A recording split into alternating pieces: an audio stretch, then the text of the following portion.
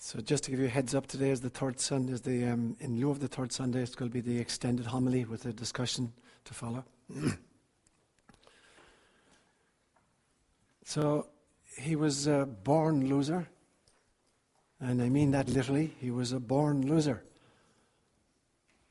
He couldn't afford to be born even in a labour ward or even in a private home. He was born in a stable, and in lieu of a bassinet, he had a manger filled with straw that the animals were eating out of. And even as an adult, he was kind of pathetic, really pathetic. For a guy who intended to create a startup that was calculated to shift the consciousness of the planet, he hadn't a clue. Instead of throwing $10,000 a plate banquets to which the rich and the famous were invited in big fancy hotels, he was feeding people for nothing in the desert. And when he finally got around to kind of creating the upper management level of his organization, he couldn't have picked worse. 10 fishermen, a terrorist, and an IRS agent.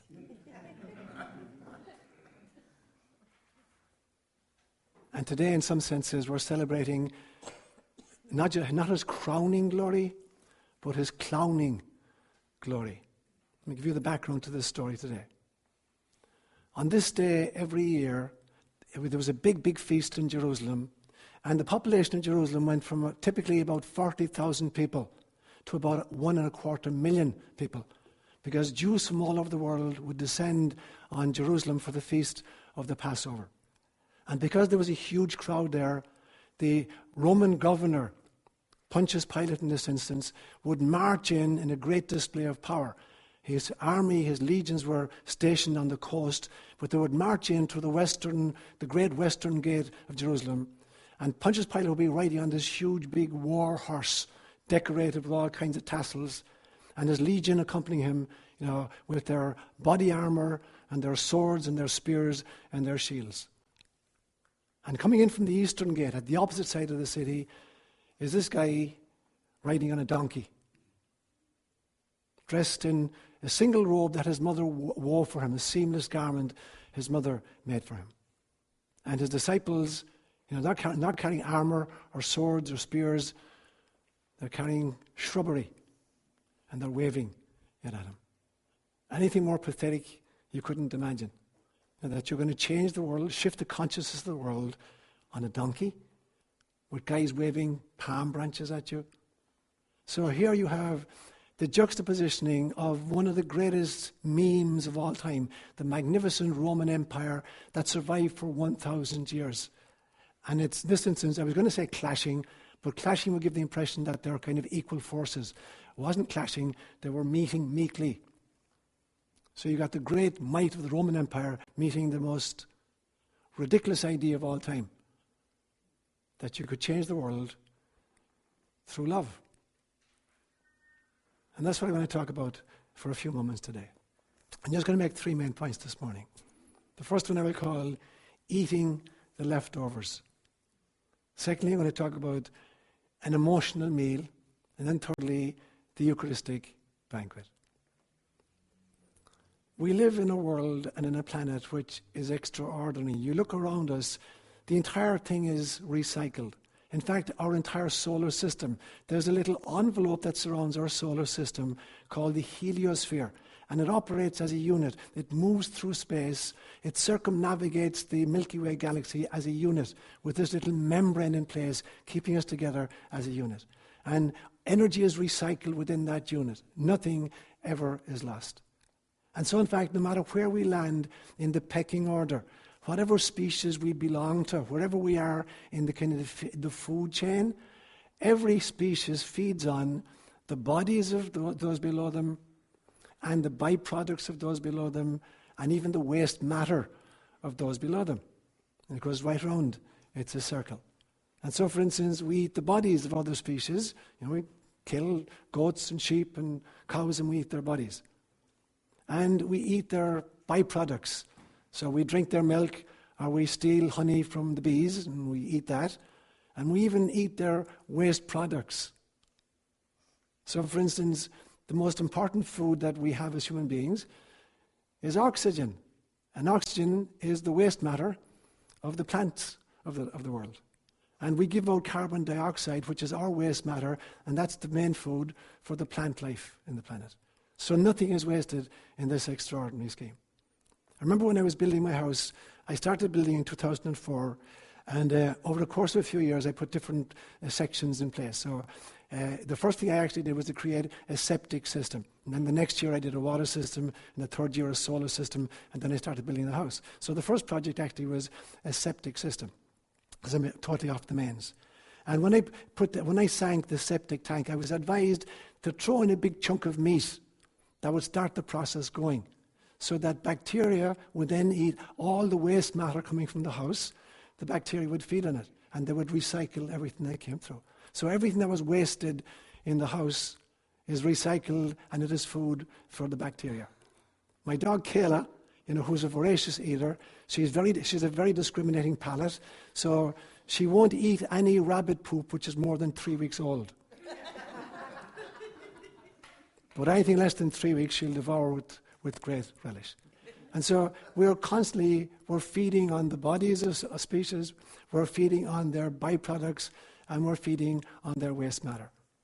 The peoples I lived with in Kenya, the Kipsigis people, had a very, very special drink, mursik. I've talked to you about it many, many times. They were great cattle people, and sometimes they ate the cattle. Not very, very often, but sometimes they did eat the cattle. But mainly they milked them and they drank the milk. And then every so often they would tie a rope around the cow's neck or the camel's neck until the jugular stood out, and then they would pierce it with an arrow and draw off into a gourd about a pint of blood, and then release it, and the cow lived. It wasn't bad for the cow. And then they would milk the cow into the gourd, and then they would hold it behind her tail and have her urinate into it. And they would mix the milk and the blood and the urine, and they would put a special kind of powder in it that came from a tree called sinendet, charcoal powder that they rub off in the inside. And this was kept for about 6 weeks until it became a kind of a yogurt. It was called mursik, and it was a delightful drink.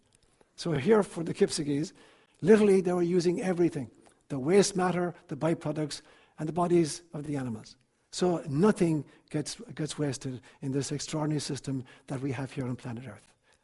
But the interesting thing is, when we're eating all of this stuff, we think we're actually eating the physical matter, but that's not what it's about at all. We're literally just taking in energy that a previous different life form has taken from someplace else. So initially, the first life forms that developed on the planet, single-celled, bacteria, they took hydrogen from water, and they took it from sunlight, and they took it from rocks, and they took it from the air.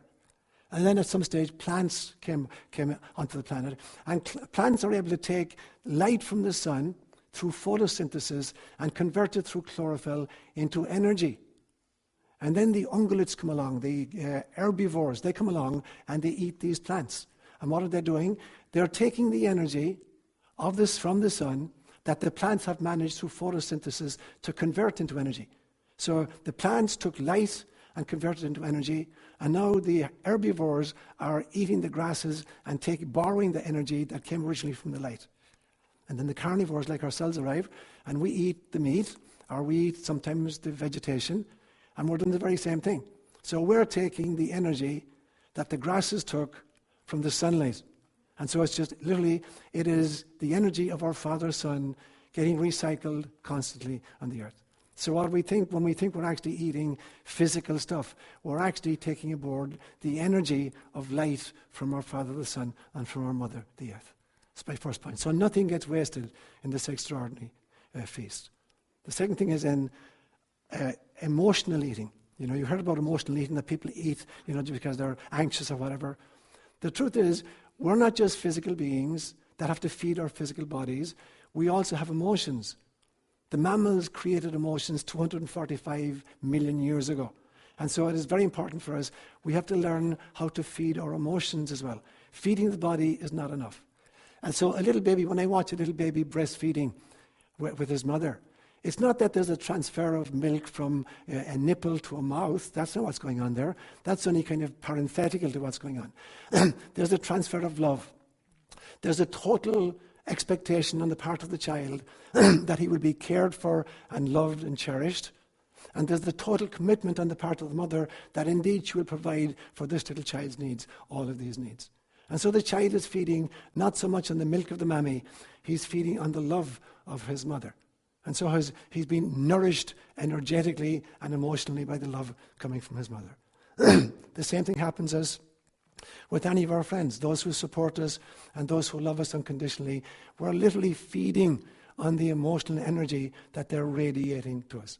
And in some senses, that is even more important than our food. Many studies done with little monkeys who were separated from their mothers at birth, and if they're given the choice of, accessing milk from an artificial nipple or clinging to some kind of terry cloth that resembles the mother's body, they'll leave the milk and they'll opt for the terry cloth. They want to cling where their emotional needs are being met rather than their physical needs are being met. And so we have a greater need even for our emotional body to be fed than for our physical body to be fed. But just in the same way that we sometimes eat junk food, we fill our bodies with stuff which is toxic to us, we do the very same thing with our emotions. We feed on the toxicity of negative emotions as well. So if you've ever been in a schoolyard, as a little child, and two kids get into a row, and everybody gathers around and says, yeah, kill him. What are we feeding on? What is it feeding us to encourage two kids to beat the crap out of each other in a schoolyard? What is that saying to us? What kind of beings are we? Or what kinds of beings are we where we take animals, and force two dogs to kill each other, and this is sport, and we bet money in it? What is that feeding in us that we take sport out of this? Our roosters, have two roosters go in and tear each other to pieces and bet money on the outcome. Or what is it that allows us, some among us, the oligarchies among us, to take and harvest human fear and human greed and human anger and convert it into warmongering? That the propaganda that tells us, it is good for us to go someplace else and bomb others or take their oil or kill their children or rape their women. What is it about us that we fall for that? That we've been falling for that for tens of thousands of years. That we've continued to feed our emotional bodies on fear and anger and rage and anxiety. What is it about us that we create stuff like homeland security, which is based totally on making us afraid of the enemy, so that the greed of capitalism can go grab their oil and we can send drones and kill them. And we buy into these kinds of things. So what is it about us that our emotional needs, that we take aboard much more junk food into our emotional bodies than we do into our physical bodies? What is it about us that allows that to happen? Which brings me to my third point. The Eucharistic banquet. This is the meal. This was a meal that was calculated where the soul comes down to redeem not just our physical bodies, but to redeem our emotional bodies and to redeem our mental bodies, to redeem our prejudices and our angers and our fears and our anxieties, as well as just feeding our physical bodies. This was the great message and the great mission of Jesus. And when I think of this extraordinary passage that Nina read for us today, I told you before Mass that in the entire Scriptures, all 73 books of the Scriptures, this passage today from Paul's letter to the Philippians, chapter 2, verses 6 to 11, is easily my favorite scripture of all. And it says something like this. It says, in a moment of mystical teaching, Paul says, have that same mindset in you, which was also in Christ Jesus. Because although he was in the form of God, he didn't cling to divinity. Rather, he emptied himself and he became a human being. He even accepted death, an ignominious death on the cross. And because of this, God has bestowed upon him the name which is above all other names, so that at the name of Jesus, every knee on heaven and earth and under the earth shall bow, and every tongue confess that Jesus Christ is Lord, to the glory of God the Father. Now, there's two problems with it, unfortunately. The first problem is that non-Christians don't believe this. They don't accept that, that there was this one character called Jesus Christ and that, he came down, he was a divinity incarnate. They don't accept that. And the second problem is that Christians don't understand it. Christians think that this is a unique happening where God has only one Son, and this one Son incarnated as Jesus of Nazareth, and lowered himself into becoming a slave, accepting death. And because of this, God the Father gave him the name Jesus the Christ. And therefore every one of us must bow in front of Jesus, bow the knee, and proclaim Jesus Christ as Lord to the glory of God the Father. That is nothing like what Christ had in mind or what the Father had in mind. Jesus Christ is an example of what every single one of us has done, and we need to remember what we have done. And so I love that part in our Eucharistic prayer of the Cosmos where it says, take this and eat it. This is my body. The body that I accepted at my incarnation. The body that I needed for my mission. The body which is the visible sign of the Word made flesh. And then the two most important lines, remember this. You also have done the same. Remember this. Every single person sitting in the pews here today has done exactly the same thing. Once there was only God, and then there was Jerry, and then there was Juliet, and then there was Kate. Everything that exists in the phenomenological realms is a word of God made flesh. Everything that exists, particularly anything that has self-awareness, was a soul that said to God at one stage, I will shed my divinity, I will lay off my divinity, and I will be born a human being, and I'll accept life, all aspects of life. I'll even accept that I will die at the end of this lifetime. And because of this, God gives us the name which is above every other name, because we are children of God. We are God in human guise. But most of us don't get that. So the Christians among us think it only happened once, and it was Jesus, and he's safely dead, so we can admire him, and celebrate him, but we don't have to imitate him. And the non-Christians think it's a ridiculous claim. And the truth is, whether we're Christian or non-Christian, every single one of us has done what Jesus has done. At some stage, every single one of us here, the soul has volunteered to God and said, send me down. I will go down, and I will try to do what this extraordinary avatar attempted to do. I will try to shift the consciousness of the planet. And some of us, we were born losers. We were born in stables. We were born in impoverished conditions, and we're still pathetic. We're still living life thinking that it's about, the next paycheck, or about, paying the taxes on April 15th or whatever it is.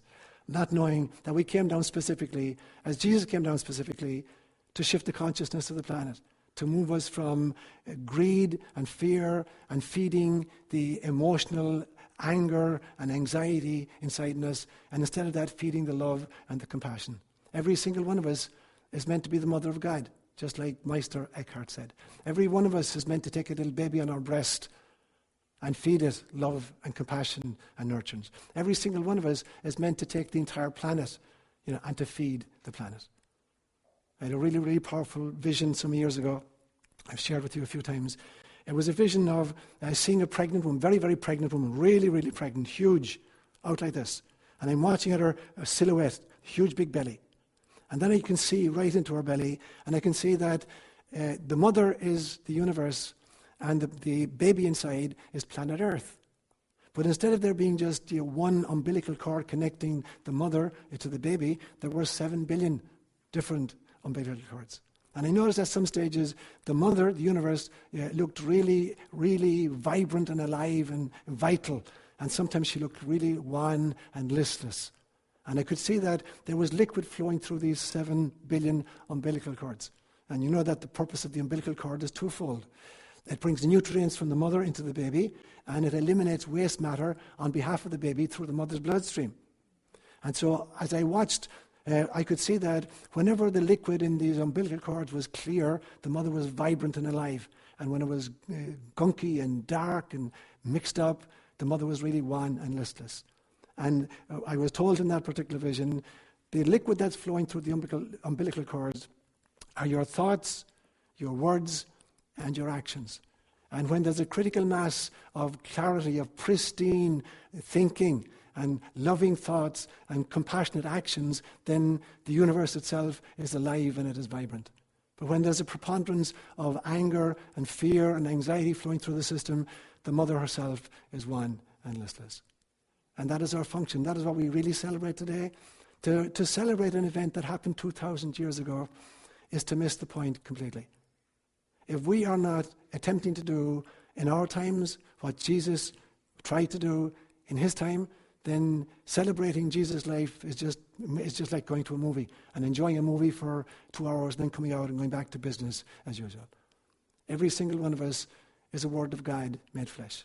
Every single one of us need to put on that mindset which was also in Christ Jesus, that although we were God, we divested ourselves of our divinity in order to accept incarnation, in order to shift the consciousness of the planet. If Palm Sunday and Passion Sunday is about anything, it is about us doing in our time what Jesus attempted to do in his time, to try to really nurture and birth the world. And there are still people marching in on war horses, except now they're riding on intercontinental ballistic missiles, and they're dressed in their body armor, and they're employing their drones, and the other little ones are the people, riding on donkeys.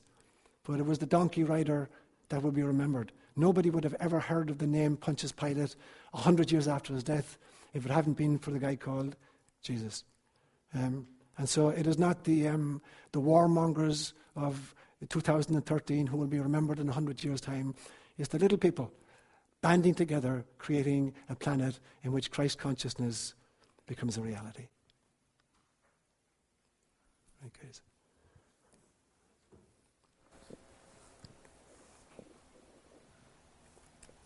Lorraine, just grab the mic first, love. Related to this, I've been wondering about the resurrection a lot. Okay. The resurrection. Right. Okay. And I've been doing a lot of reading and research and comparing my experiences of what happens to the human spirit and how it ascends through the 7 layers, and then how Christ did it instantaneously. And I've been thinking of experiences where astral beings will manifest and how Christ manifested. He manifested 19 times, a lot of times in midday, and he manifested in a very, very dense physical form that people could feel and touch. So compared with what I had considered the resurrection and what happens to us as embodied beings, spirits, it's very, very different. So Christ's teaching is almost an amalgamation of his previous lifetimes. And my experience is that when a person dies, is it takes, depending on what happened, it takes a while for them to manifest in the 4th layer, astral being. So what he is teaching us, I see, it's not possible in the physical human form.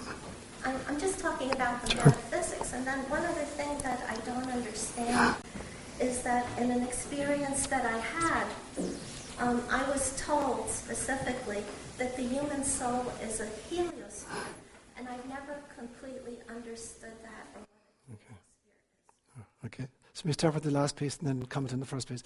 A heliosphere, just literally, the Greek word for the sun is helios. So a heliosphere is the membrane that surrounds the solar system. So our entire solar system, with 9 planets and all of the moons of all these planets, actually moves through space in a little membrane.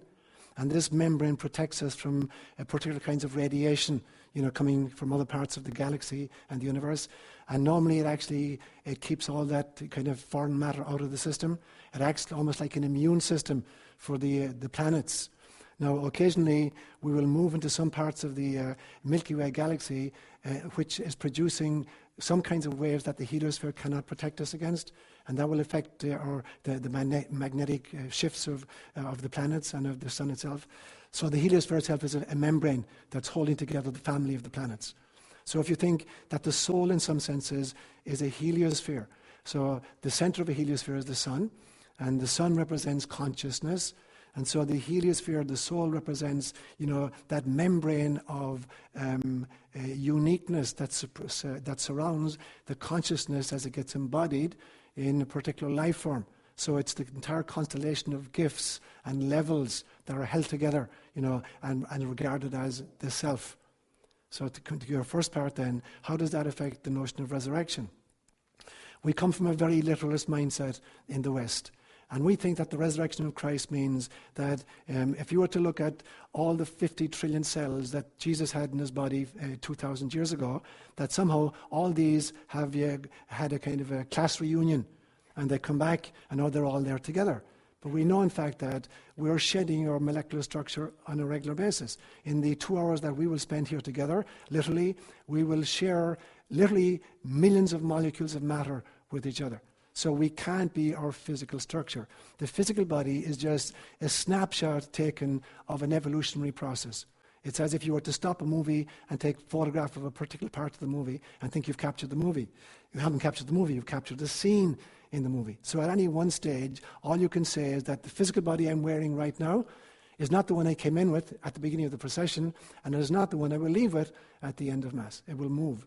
So if that is not who I am, then who am I? I am a soul manifesting in a physical dimension. Now, the soul can manifest in many, many dimensions. And the dimensions are myriad. I gave the example during the retreat of, being a child in Ireland growing up, and there was pretty much just one radio in each village. And we only had 3 stations available to us.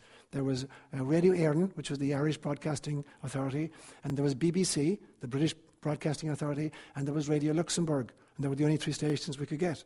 Now, the truth is, as you're moving the dial on this radio, you're getting crackling and interference, and it's really, really hard to figure out.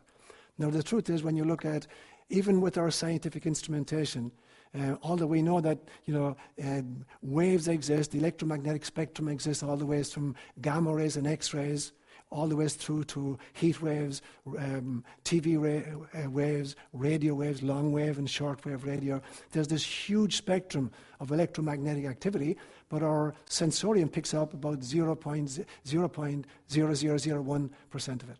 And we're acting as if what our sensorium can deliver to us is all that's real. But if we had powerful transducers, if we had a different mechanism on the knob to move it further and further, reality is much, much more complex. It's a multi-dimensional reality. So we exist, I believe, not just on 7 levels, we exist on a multiplicity of levels. And we can sometimes access those. Now, this is the densest level of all. So all matter literally is built of light. And as light densifies, you get different articulations. And as sound densifies, you get different levels of intelligence. And I'm convinced that every life form is a dance. It's a beautifully choreographed, exquisitely choreographed dance between sound and light in various densities. But this alleged waking consciousness is the densest of all.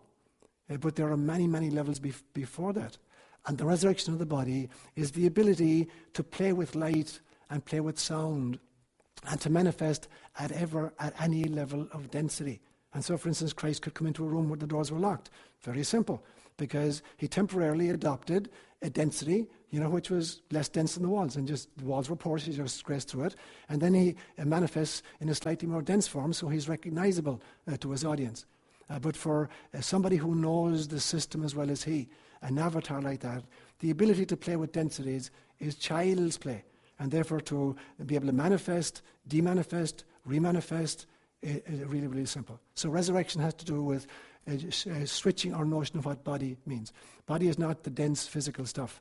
That's only the grossest articulation of body. There are many, many different levels, much more subtle all the ways back. And Christ's resurrected body is evidence of that. Ingrid. When we were doing the cosmology study, and I was really kind of thinking about what are some of my primary metaphors about being here on planet Earth. And part of just growing up as a woman in a patriarchal system, I had this identity of the wounded woman, wounded female. Right. And then I realized, well, the men are really wounded too. And I thought, well, hell, we live on a wounded planet. Yes. And so I was trying to figure out what that's all about.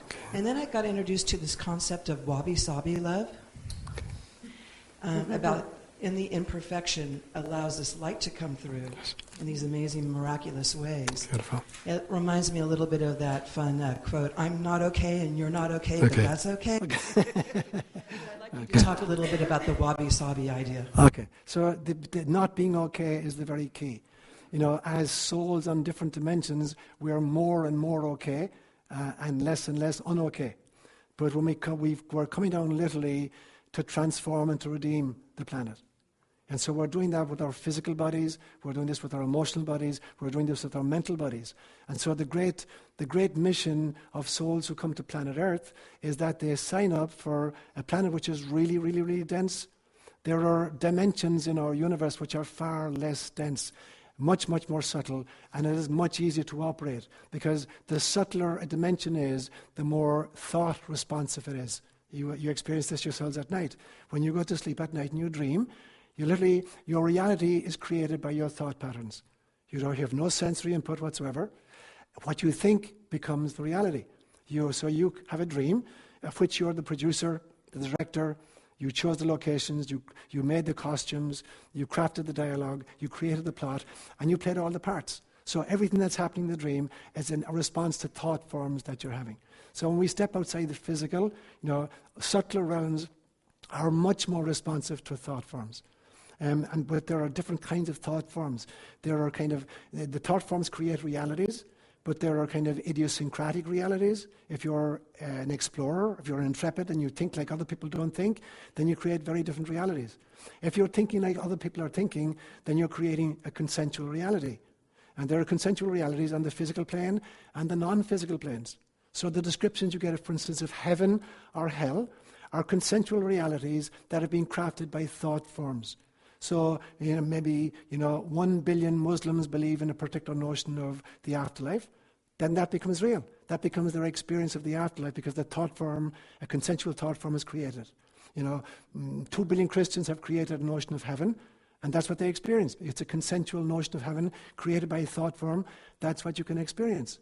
If you have the courage, when you get to heaven, of not being happy in heaven and saying, there must be something better than playing harps, sitting in concentric circles around a guide in the center. There must be something better.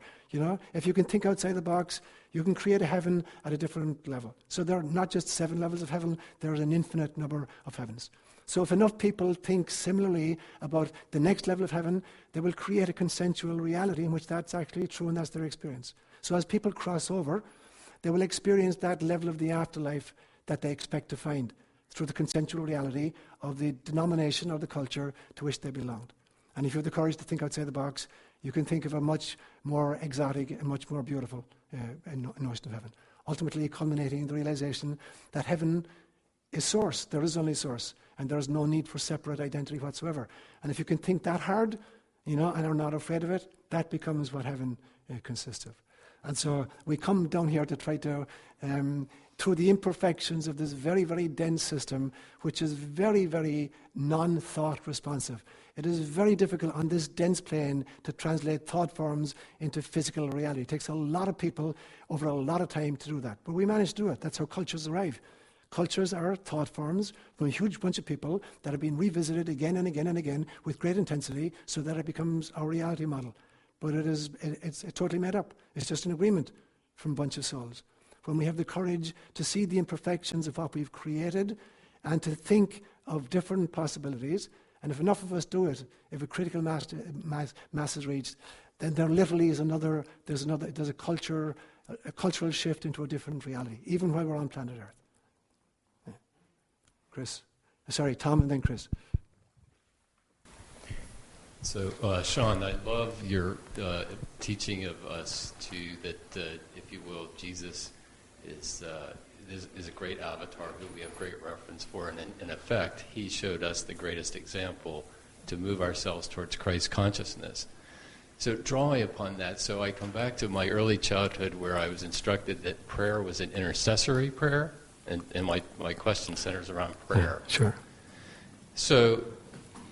And yet I'm on this transition journey, if you will, from the fact that I can't get any consolation, if you will, from the intercessory concept anymore of praying to Mary, praying to Jesus. Right. So now I find myself, so if a friend is hurting or something, and you use the salutation, my thoughts and prayers are with you, I ask myself, what do I really mean by that? And so could you maybe just develop the idea of prayer using as maybe a meditation, if you will, that moves me towards greater Christ consciousness. Mm-hmm. I mean, that's at least my own interpretation, but I'd love to hear. Sure, Tom. So I think we misunderstand prayer constantly. We've been brought up in this system whereby we somehow believe that God indulges the prayers of holy people by temporarily suspending the laws of the universe. And that is not true whatsoever. That is not how prayer works. So let's get that out of the way. The second piece to realize is that all beings, all manifestations of God in all the universes, they're all God's children and they're all interconnected. So the Catholic Church got this really, really right, the notion of the communion of saints, except they got the categories very badly wrong. So the notion of the communion of saints is that all God's children can help each other, except they break it up into three really militant categories. They talk about the church suffering, which is in purgatory, and they talk about the church militant, which is us here on earth, and they talk about the church triumphant, which is the guys who made it and got to heaven. Now, to break it into those three categories and to use that kind of language is pathetic. But the realization that all beings, are children of God, so they're all one family. So indeed, Mary is a real entity and a real energy. And if I say to you, Tom, can you give me a hand? I have something I can't do on my own. Can you help me out? And you say, sure. And so if there are beings anywhere, a Mary figure, a Jesus figure, a Buddha figure, a Muhammad figure, who are ascended masters or loving, compassionate people, of course they can be a benefit to us. But they're not kind of going up to God and saying, I have a request to make of you, and I'd be really, really happy if you can help Nina here. She's going for an operation, and I really would appreciate it. God isn't consulted by these. This is just the love that's in the system, that all these beings love each other, just like we love each other, and anybody who's in need here, others are trying to address that need. And so prayer is all the children of God helping each other out. And the third thing I would say is this, that the great beauty of prayer then is not just that we help each other out, but that it is the laserization of intentionality. The difference between kind of these light bulbs and laser bulbs. One of these bulbs is just disseminating light, in a very short area. So if you walk 100 yards down the street, you can't see this light anymore. It's not strong enough. But if we could laserize that light, you could see it for hundreds of miles. So if we can laserize our intentionality, it is really, really powerful. But it is not about begging God to do, to change the rules. It is about us being a family and wanting to be of benefit to each other. And whether we're dead and gone beyond, or we're still alive, it doesn't matter. They're just different parts of the dial of the radio. We're just broadcasting on a different frequency. And so if you know how to play the radio, you can broadcast on any frequency you want. And so when you laserize your intentionality, it means you can benefit from and be of assistance to any other living being in any universe, in any dimension. And just so, would you say that your own prayer actually allows you to laserize that that request, or that's a bad word, that direction that you're hoping for? I think in my kind of, as I've kind of wrestled with this and grown through it over the years, I've kind of figured out a prayer modality for myself that feels much more like, I'm part of a family, all of whom are helping each other, and that I'm creating the kinds of intentions and the kinds of wording that, situate me in that web of life, rather than, in some kind of a crestfallen, beating my breast, help me out here, I'm a sinner, kinds of mentality. So I've worked very consciously on that. Yeah. And so Chris was next, and then Margaret. I just wanted to speak to Tom's comment. I think in what Sean said about laserizing the intent, I think that so many of us have limiting beliefs about our ability to really shift things, and that if we just cast that off, that whatever we take on, we are so much more powerful as conduits for prayer than we ever know that we are. And so it's just casting off that limiting belief and tapping into that source. That really things really truly can shift when we have to believe that we are that powerful. And what I wanted to say about heaven was, in my near-death experience, I always thought when I grew up, my cosmology or my teachings were that heaven was a place to go, and that at the end of a good life, you went there, and with luck and prayer and good deeds. And during that experience, I really, really saw that the kingdom of heaven is within. And I experienced that on such a visceral level that it completely shifted my thought processes about heaven and about hell. And that literally that you can experience in this lifetime, in this body, the experience of heaven or hell. And how to access that, there are only two places to come from, and that's love and fear. Right. And in any moment, Right. it's a moment-to-moment decision that will bring you into alignment with either heaven or hell. And so it's a choice that you consciously make and you consciously live into, and you ask for help, and you really can get there and access that. Beautiful. Absolutely right. So it's a much longer and more interesting journey to go to the center of the self than it is to go to the perimeter of the physical universe. We think, it's 13.7 billion light years to get to the edge of the universe right now. The truth is the journey into the core is much more interesting and has much more complexity and much more variation. No matter what we discover on the way out, it pales into insignificance because it literally is only a membrane. The physical universe is just a membrane on the densest level of light or the densest level of intelligence. And so the journey in is a much more exciting. Now we continue to kind of experiment with the outside, but if we think that our scientific effort is best rewarded by just focusing on figuring out what's at the edge of this universe or how quickly it's expanding, it's wasted brain power, it's wasted soul power. When we also going inside and discovering, exactly as you say, that the kingdom of God, in Christ's words, is en mesoi. The kingdom of God is within you. Yeah.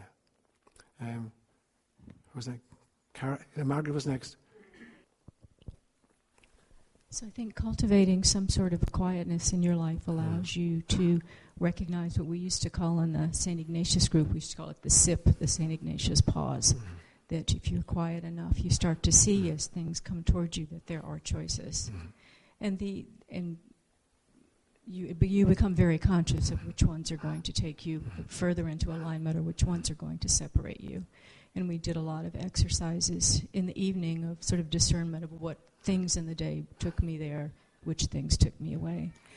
But when Chris was talking about this notion of creating a heaven or hell within yourself, I think what that really means to me is that it gives you a base for compassion for other people, because you really do then know that you're not the only one. You're creating yours, everyone else is creating theirs. And I think it just it makes it much more possible to be open to other people. Great, Karen. I would add just one comment to it that creating sacred space and sacred time and silence is really, really important. And we devoted our retreat this year primarily to what do you do when you've kind of carved out sacred space and sacred time and silence. And the most important tool of all, I believe, then is to learn how to consciously shift states of consciousness, how to turn the dial and access all the other dimensions. And there's lots of ways of doing this. You can do it through meditation, you can do it through imagination, you can do it through out-of-body experiences. If you had a near-death experiences, you've had that. Sometimes it happens in illnesses. It just happened for me a lot when I got malaria, and I would have a fever. Part of me used to look forward to it because I would go places in the fever that I couldn't access in waking consciousness. So having the ability to change the dial and consciously adopt different states of consciousness is key to exploring the inner universe. So, Johanna was right. I was thinking about what you were saying about that plants feed off what we give out and we feed off what they give out. And as part of our experience on this planet, we have negative emotions. Yes. And fear being a great one, anger, those are very linked. All these things, despair.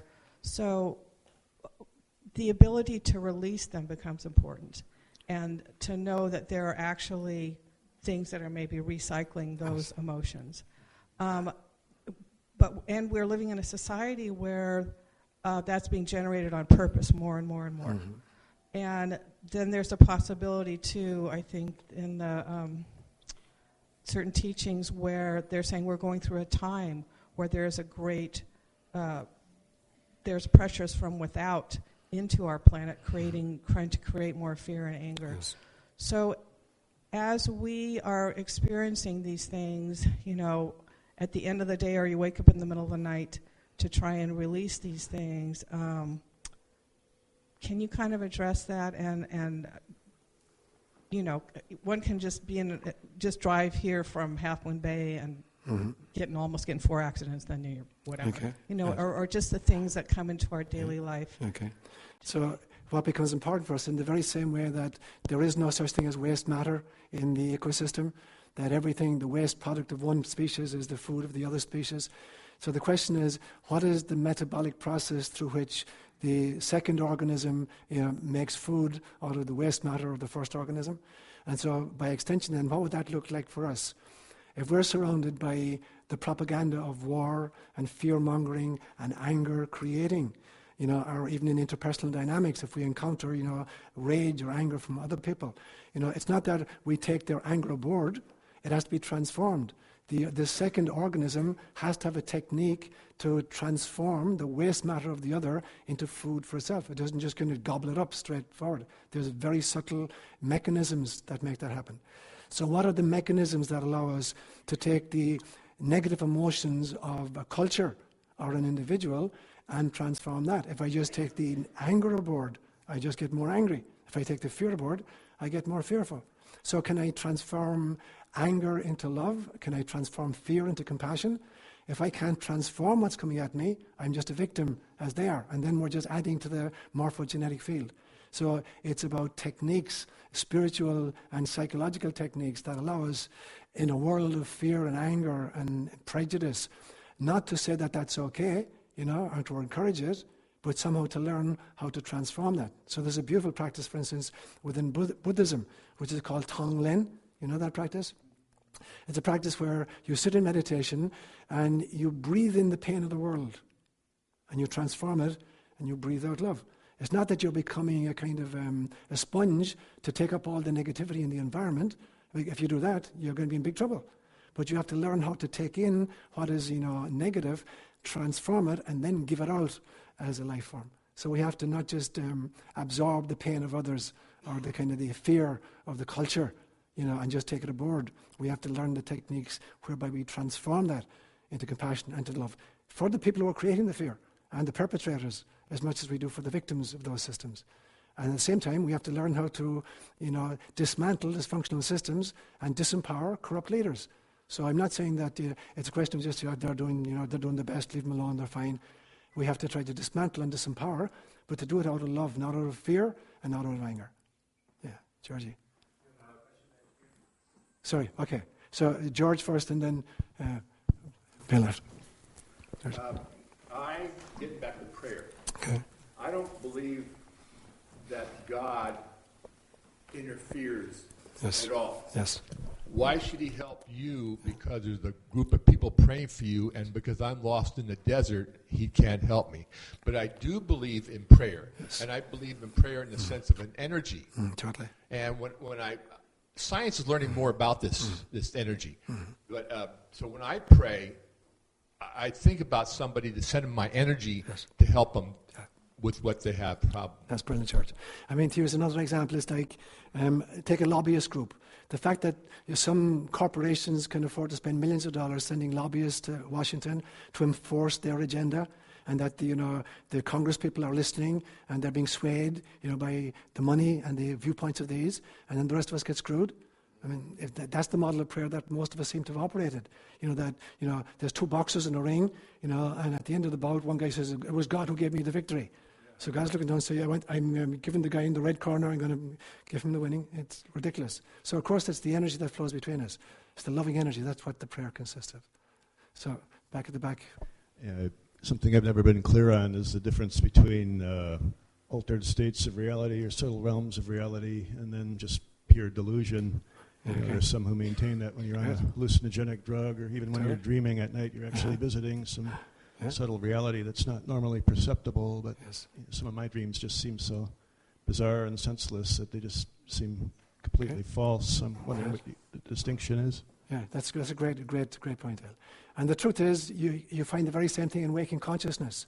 When you look at what we're doing to our planet, you think, what the hell is wrong with this planet? So even in waking consciousness, we're doing some really, really stupid stuff. We're destroying our energies. We're destroying our ecosystem. We're impoverishing large swaths of people. We're degrading the earth. So even in waking states of consciousness, we're doing really dumb stuff. So the fact that you shift states of consciousness does not necessarily mean that every other state of consciousness is a heavenly state of consciousness. When you shift your state of consciousness, you're liable to go into very, very dangerous realms. You know, you might be in realms where the technology is much more advanced, the thought forms are much more powerful, but that the moral development is not commensurate with the technological advancement. And so we have to learn to travel carefully, just like you do on planet Earth. You know, you're not going to buy into every radio broadcast you hear and think I heard it on the radio, must be true. So learning to travel with guides, with teachers, with mentor figures. And so the last thing I say every night before I finally sleep, I say, I now dissolve my ego. And I travel in astral and higher planes in order to spend time with avatars and ascended masters and to assist beings who are in distress. But I don't want to get into kind of stuff I can't handle. So I'm asking my guides and my mentors, you know, and my guardians to protect me as I'm traveling so that I can benefit and heal from them and that I can be of benefit to people who are hurting. So we have to learn how to travel really, really carefully. You know, none of these places are infallible any more than this waking consciousness is infallible. Yeah. Dan? What occurs to me is I wanted to make just sort of tell you what I have stumbled upon, and that is really, I think, making a difference for me personally, is there is an organization at Stanford that's called CCARE, and it's the Center for Compassion. And there's a website, you know, I can't tell you what it is, but go to Google and just type in Center for Compassion Stanford. And they have speakers, and they tend to be on Thursday nights, and it's very early, like at 5:30, 5:45. But they talk about compassion, and they talk about, you know, how to put this into practice, real practice. And I find them very inspirational, and I just wanted to share that with you. Fabulous, Dan. Thanks a million. Marge? Sean, I'm just following what George was asking. Sure.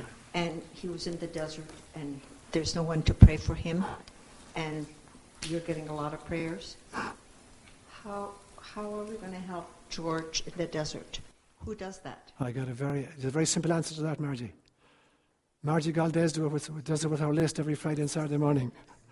For those of you who don't attend the Friday and Saturday morning Mass, when it comes to the prayer of the faithful, you know, somebody prays for somebody's going for an operation, you know, somebody is going to have a baby, and Margie takes out her list.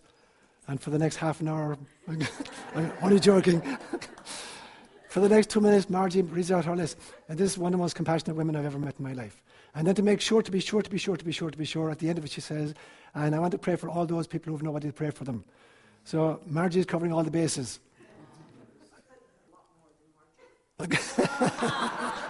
That's because she's not as advanced as you, Marge. Okay. I think how we cover people is two ways. One is intentionality. We can focus our attention on a particular target. And then it's like, love is like water in a container. It will adopt the shape of any container you put into. No matter how irregular the container is, you pour water into it, it'll find its own level and it'll infiltrate every part of the container, no matter how crooked it is or how strange the configuration is. And so when you put love into the system, if you direct it at a target, it's powerful because the intention is powerful. But if you put love out there, I guarantee you it'll seep into every corner of the container of all life forms. Everything is being looked out for. Nothing is being neglected. Margaret? I think I also like to imagine that when we're praying, we're like the sun. Beautiful.